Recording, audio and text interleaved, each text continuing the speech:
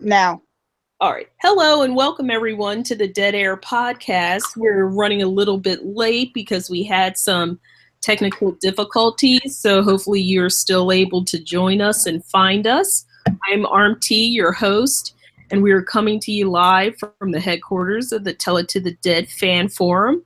We're going to spend the next 45 minutes discussing all things The Walking Dead, including recapping our thoughts on the previous two episodes, New Best Friends and Rockin' the Road. And we're going to preview this week's episode, Say Yes, which we have all waited our entire life for, or it just seems that way. And also, if you have a question for us and you're watching the show live, please type them in the chat in YouTube, and we hope to answer some of your questions during the podcast. And during the discussion of the upcoming episode, we may discuss spoilers. So if you don't want to be spoiled, we'll give you a heads up so that you can drop off.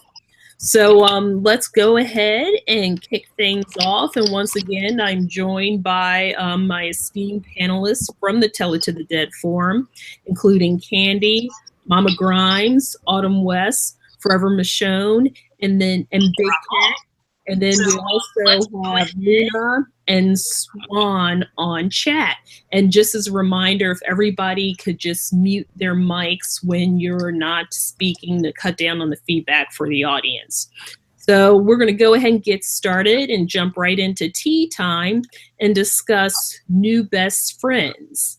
And I want to get everyone's thoughts on, a positive and a negative they had from that episode. And I'm going to go ahead and kick off with Mama. Okay, negative, Daryl.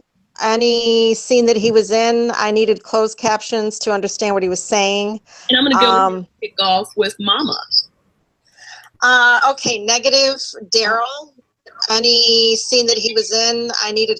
And once again, I'm joined by my esteemed panelist.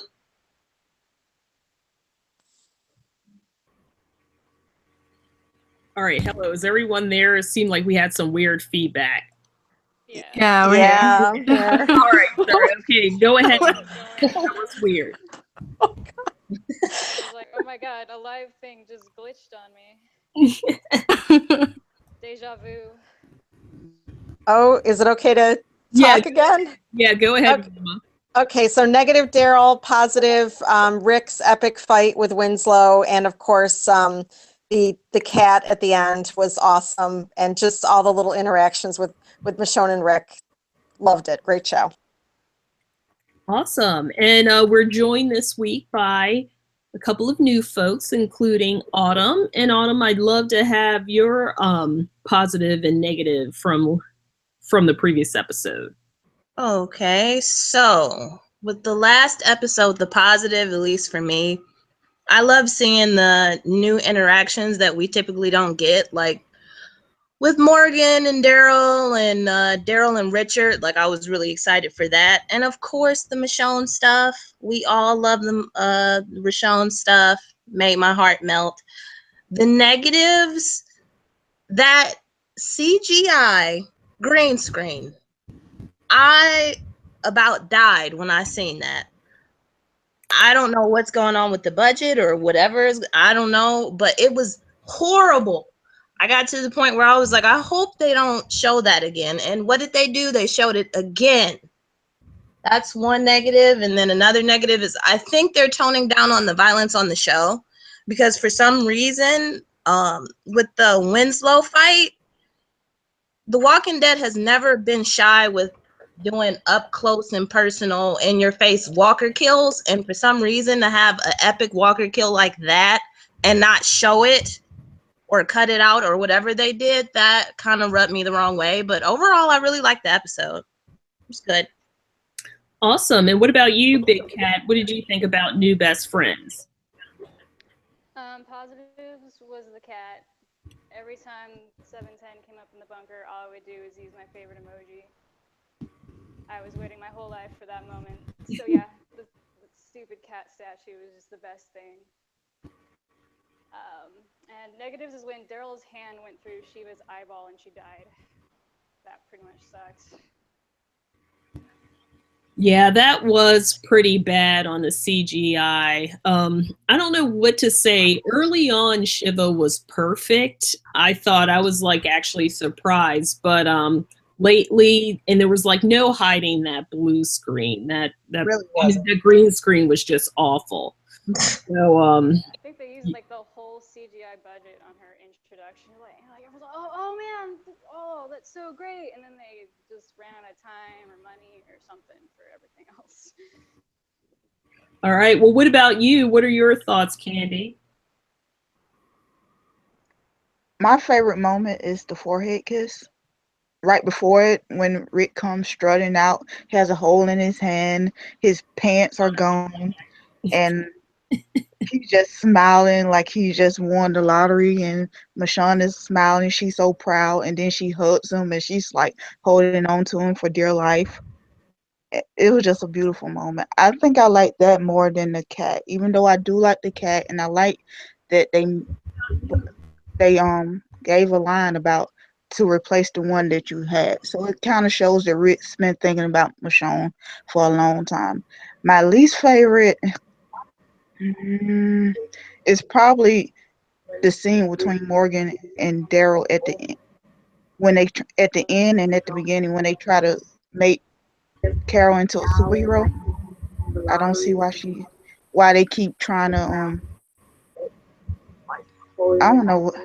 I'm just lost for words. I don't know why they keep trying to play her up when she can't even save herself.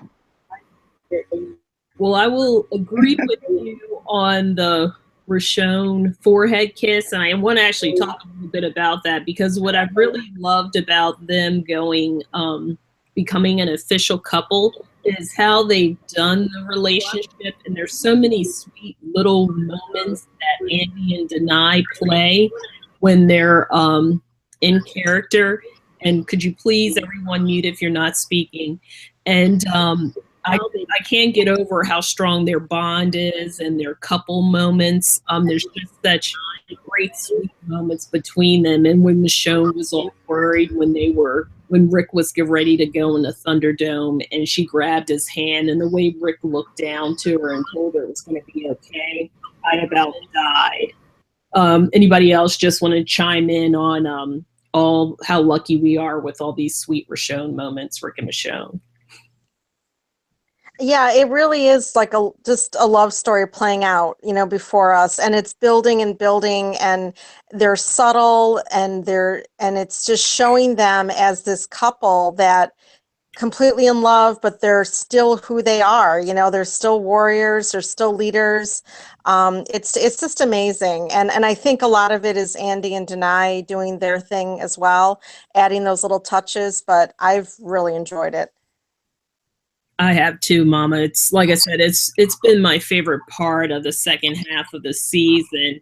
And the other big moments from that episode, New Best Friends, were the Carol and Daryl scenes. They were reunited. I mean, they seem to be separated more than they are reunited for over a season now. I know there are Carol Daryl shippers out there, but to me, it's looking like they're not going to set sail or they're not going to move on with that relationship. I feel like they're kind of setting up Carol for Ezekiel just because in the comics, Carol's been taking over a lot of Michonne's comic arc, and Michonne and Zeke got together, and we know that's not happening now because Michonne's in love with Rick. So what are your thoughts? Do you guys really think Carol and Daryl as a potential relationship is dead? It's not happening. I'm sorry. People keep trying to make it happen. It's not happening. Stick a fork in it. I never, thought that it was dead since I she don't saw know. the boy back in Consumed. Yeah, I thought so too. Consumed, actually, that episode was about Daryl finding Beth. And just before he went to look for Beth, Carol had actually once again snuck off to leave, and she didn't even tell Daryl goodbye. Daryl actually followed her. So Right. I Quick think question. Has anybody seen a romantic or felt a romantic relationship between those two? Because I've never seen it. No, I'm open to different relationships, and if it works, it works. I'm not going to shut anything out, but for me, I've never seen it. They've always seemed more familial to me than anything. I don't see any sexual chemistry there. Is it just me? Not Yeah, now. I saw a little bit in season 2, to be honest. I shipped them briefly, and that's back when I still liked Daryl as a character. I did see a little tinge, but since then, absolutely none. They're definitely family, and that's it. Are you talking about when I forget which episode it was, but when Carol asked Daryl, like, you want to screw around or something like that, when they that were, was that was That was season season 3. that was 3, and season yeah, she was joking. It was definitely not. Yeah. 3. I'm like, it's a joke. They always point, well, she said this, and I'm like, I don't see it. I don't see that, but I okay. feel like if they were gonna be a thing, they wouldn't have had that blatant of a joke. Like, That's they were true. either together by that point, and so they were flirting with each other, or they're so obviously not into each other like that that's the joke. I think Right. it might have cool. Technically, you could have That's sex how I and took mess it. around like that and then get together, but that's just kind of how I took it. Like, oh, are they together now or no? Like through the whole season 3, I didn't know if they were a thing or not, and then past that, they didn't really seem to be a thing, so I just assumed, okay, they're friends. And there's nothing wrong with that. I think their relationship is great the way it is, to be honest. They have a really great relationship. Doesn't need to be sexual. They transcend sex or something. But They do, but I think consumed was the big red flag.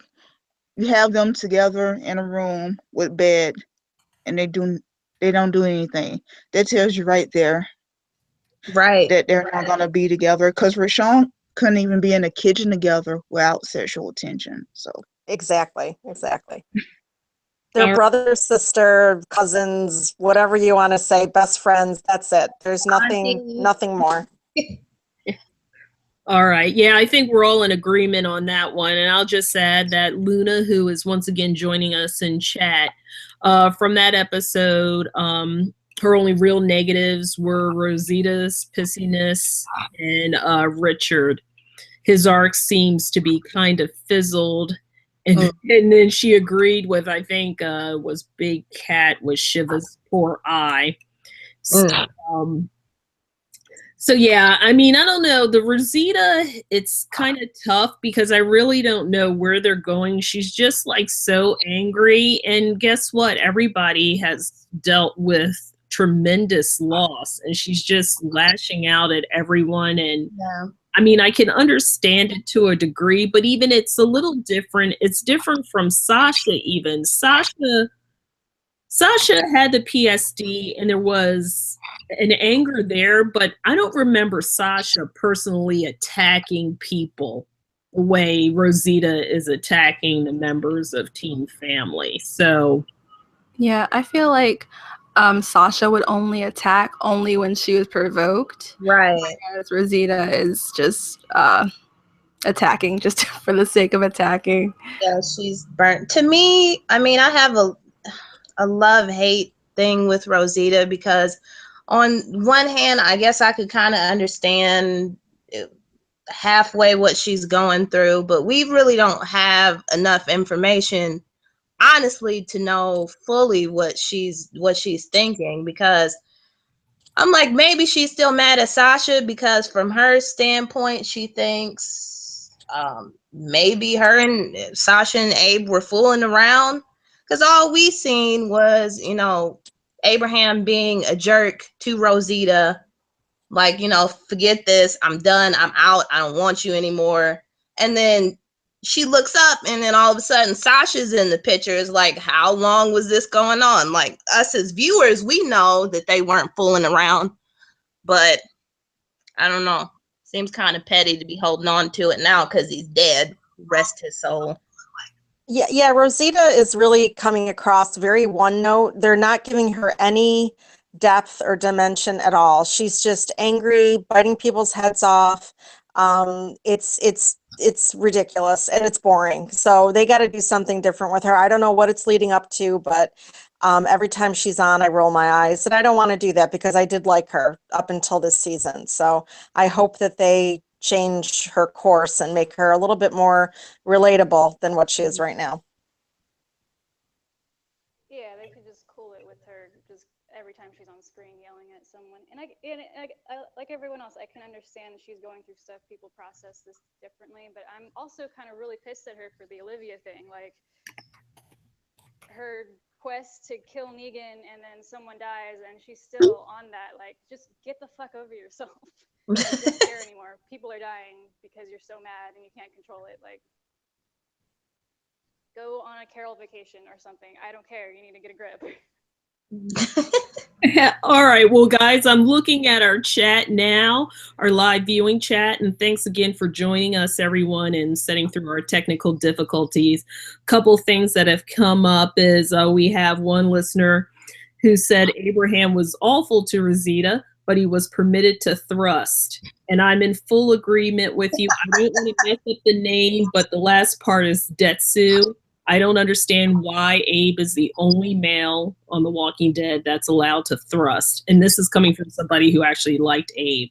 Another listener, Kelly Tomlinson, says, do you think they will give her part of the Holly comic book arc?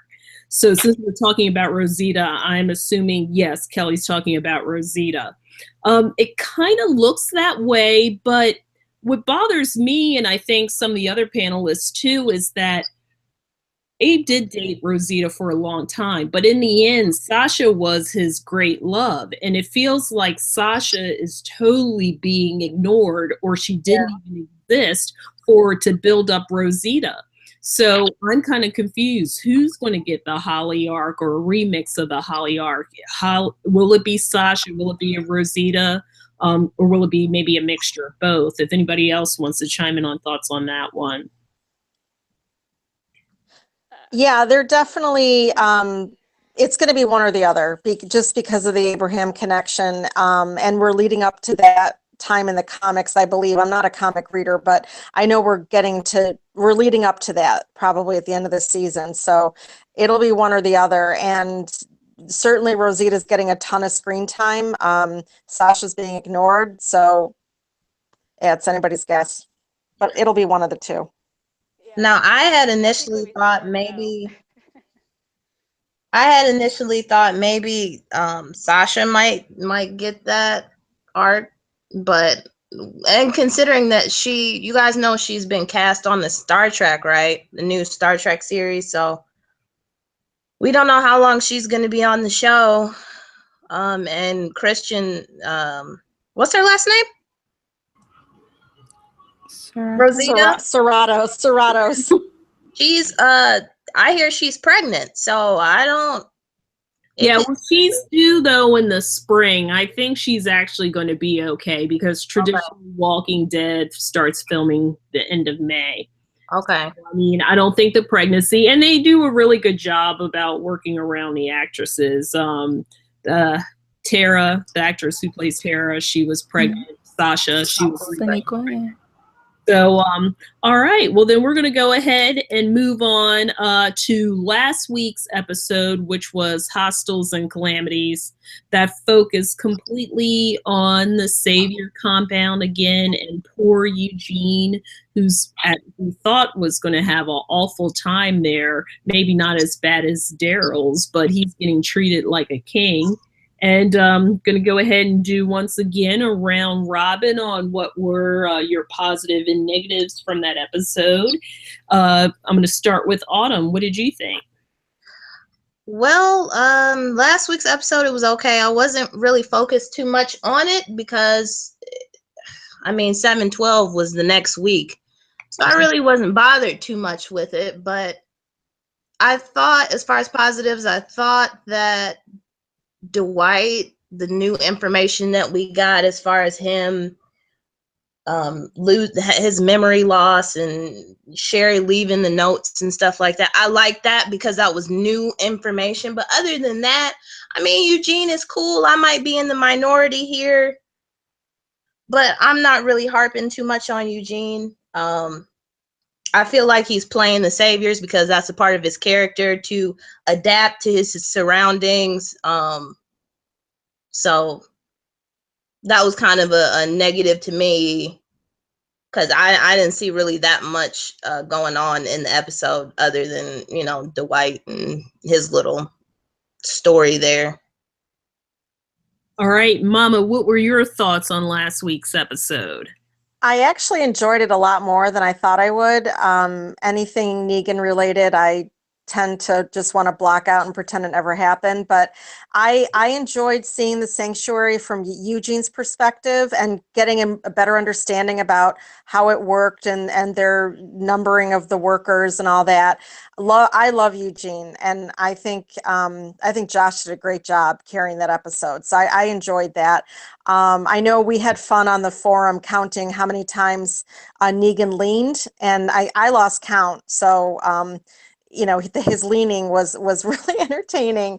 The whole Dwight thing, I know they're trying to give us some backstory. They're building him up because he does have a bigger part in the storyline, most likely. I'm still not feeling it, to be honest with you. I'm not feeling him as a character. I'm not really interested. It might change down the road, but for right now, I'm just, Eugene, keep your head low and stay alive until you can get out of there. But it was a better episode than I thought it was going to be.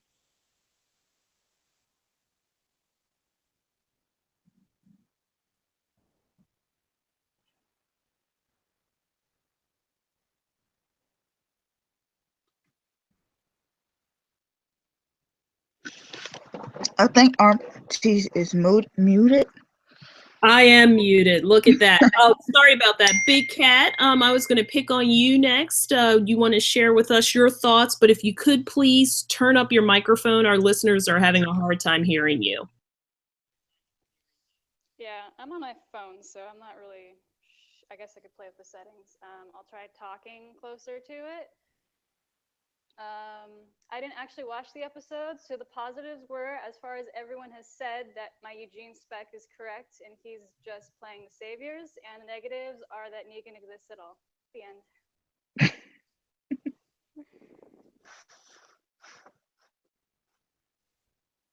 I'll have to say I have to agree with Mama. I actually enjoyed this episode a lot more than I thought. It was great. Seeing it from Eugene, he always worked well off of Abe, and I found him very funny whenever he was with Abe. But now that Abe's gone, he seems kind of lost, and the last few episodes has really been just hating him constantly, and he just is constantly crying.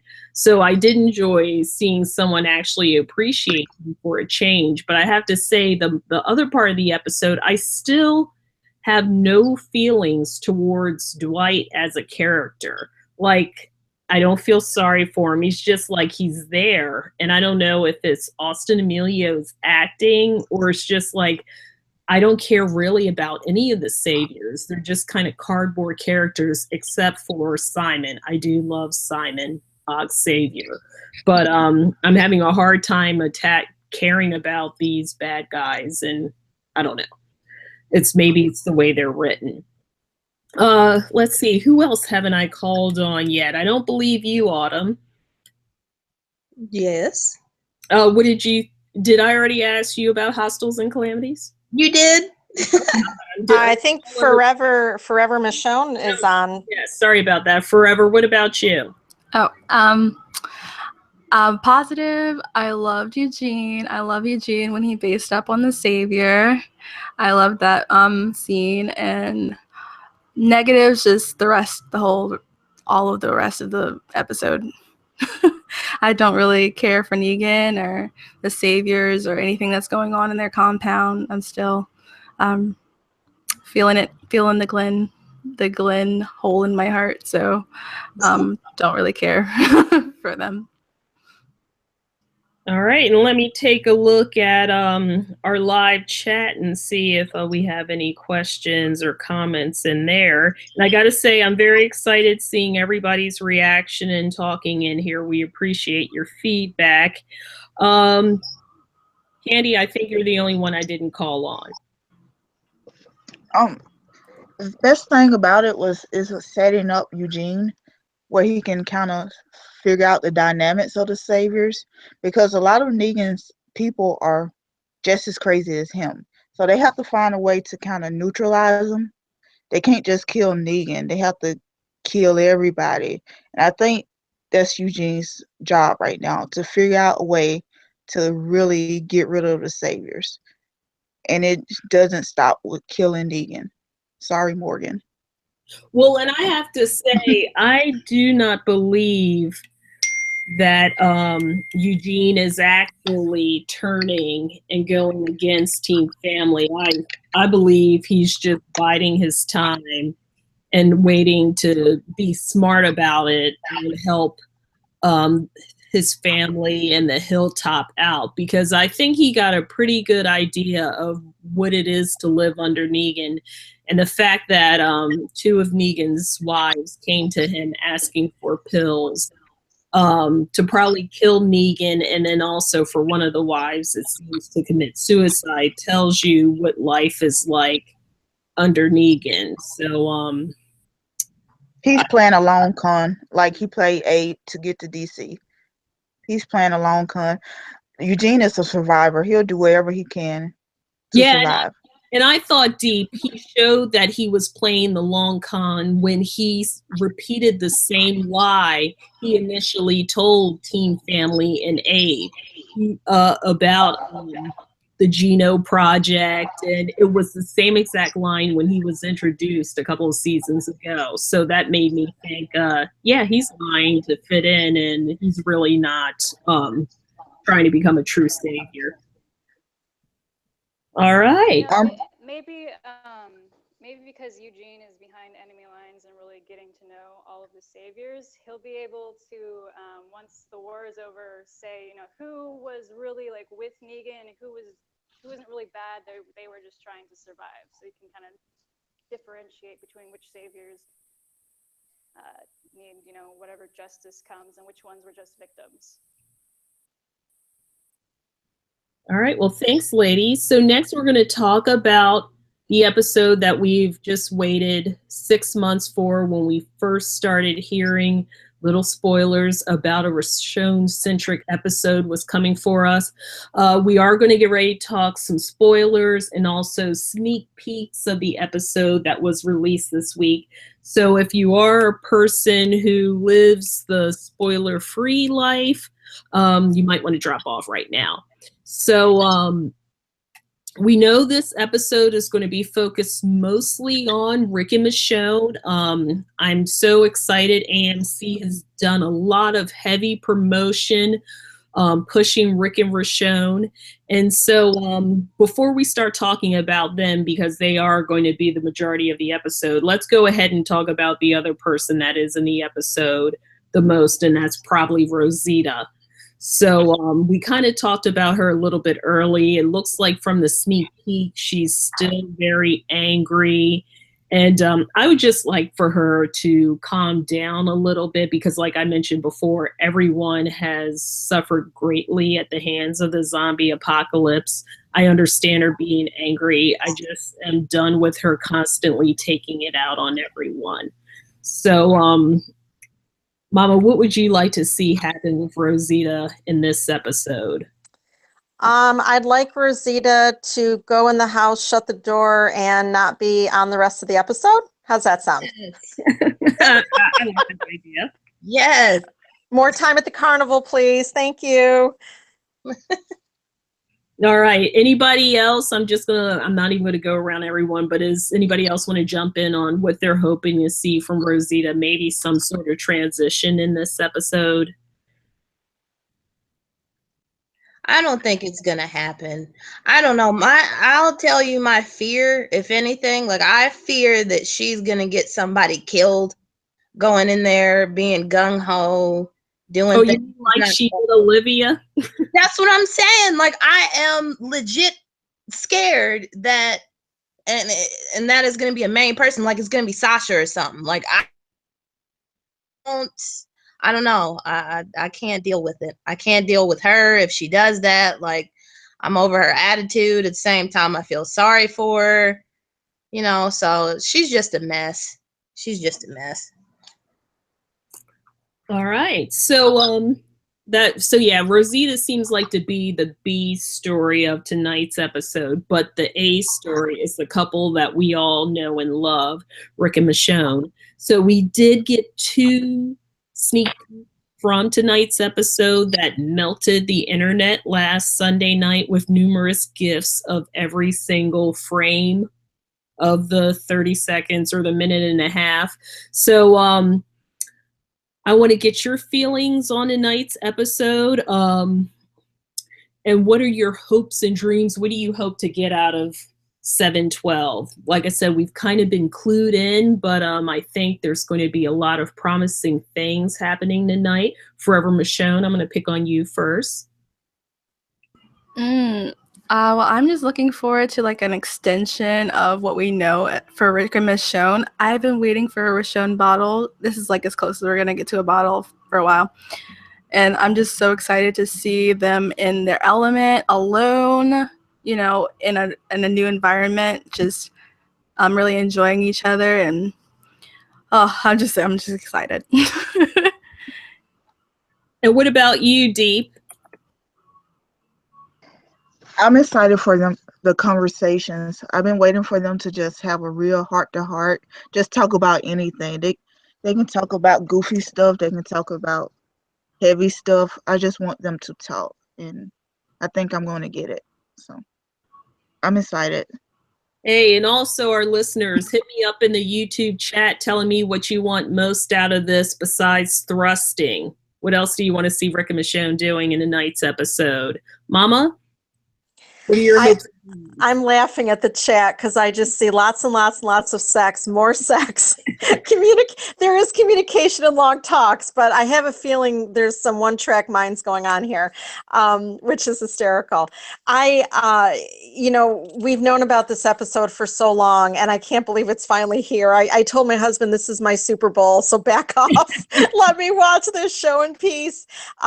Really, what I hope is what I think we're going to see tonight, which is just 2 warriors, 2 people that have come so far and have come through their losses, you know, with each other and for each other. They're fighting together. There's going to be angst. There's going to be humor, romance, sex, kissing. It's like fan fiction come to life. I mean, it's ridiculous. And we're just so lucky. So what I want is what we're going to see. And it's just going to be beautiful. And the lightheartedness that we saw in those promos, just the relaxed, you know, Rick and Michonne being relaxed and smiling, and, you know, it's amazing. And so it's going to be great.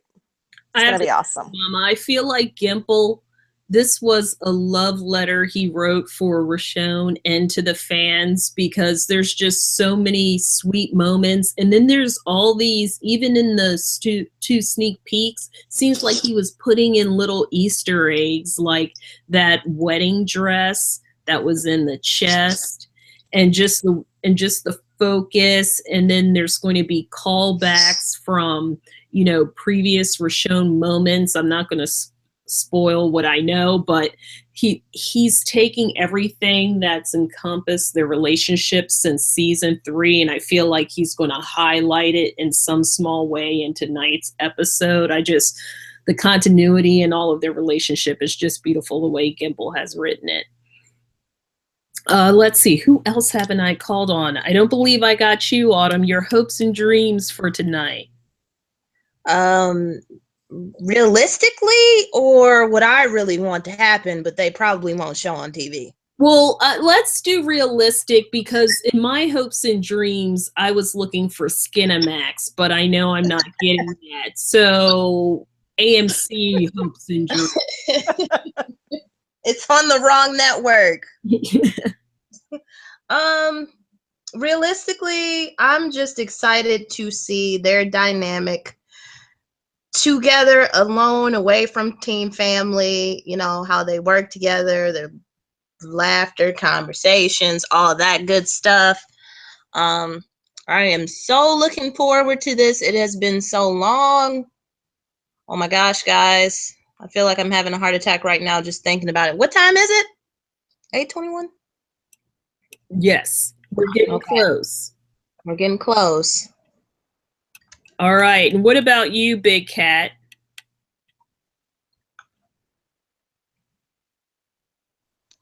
I'm excited for the conversations, just like with Candace, just hearing them talk either